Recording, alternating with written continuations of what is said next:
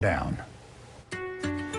Well, folks, let's switch gears and talk a little about this next weather maker because it is the calm before the storm tonight. Clear skies. We are already cooling below freezing. The only place we're waiting on is Boise, sitting at 33 degrees, but beautiful clear skies tonight. You can obviously see the stars out there. A beautiful night for stargazing. But again, we are looking at this next weather maker pushing in early tomorrow morning, and it's going to bring mountain snow as well as a valley wintry mix transitioning over to rain by the time we start to see a little bit more warming with our daytime. But temperatures right now, as you can see across the region, in the mid to low 30s. We are looking at 31 in Mountain Home, just 20 in Stanley. This is a look at our overnight lows. Everywhere will be below freezing, and that means that our snow levels will drop down to valley floors overnight tonight. The timing of this next weather maker is what we're going to focus on right now. So here's what we are looking at. Low pressure right off the Pacific. This is our next weather maker, already beginning to push in to the Pacific Northwest and its associated cold front right there. Now, it is going to push a little far to the north. So again, while we aren't looking at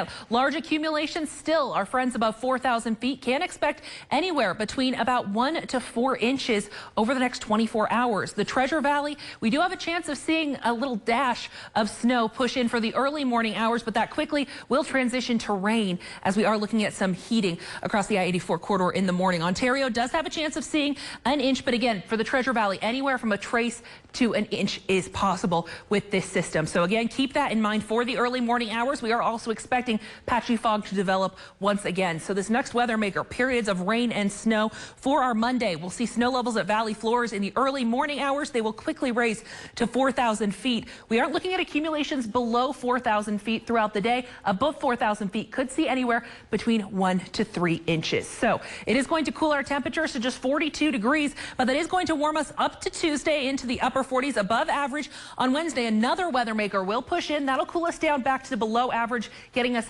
into the upper 30s, 36 by Friday. So again, we're going to see cloud cover moving in overnight, and then about 8 o'clock to 9 o'clock is when we'll start to see the actual precipitation falling across the region. Let's set this into motion, and I'll move out of the way so you can see.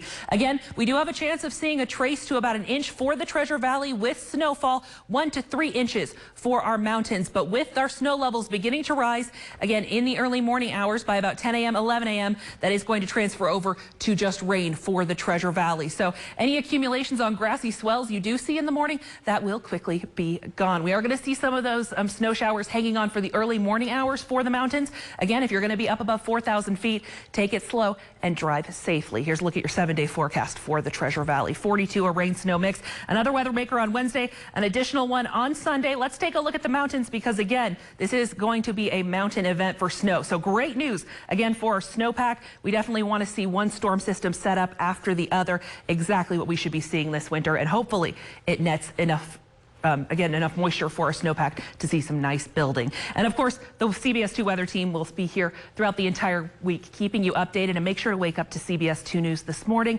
But for now, I'm going to send it over to Brent. The Wonka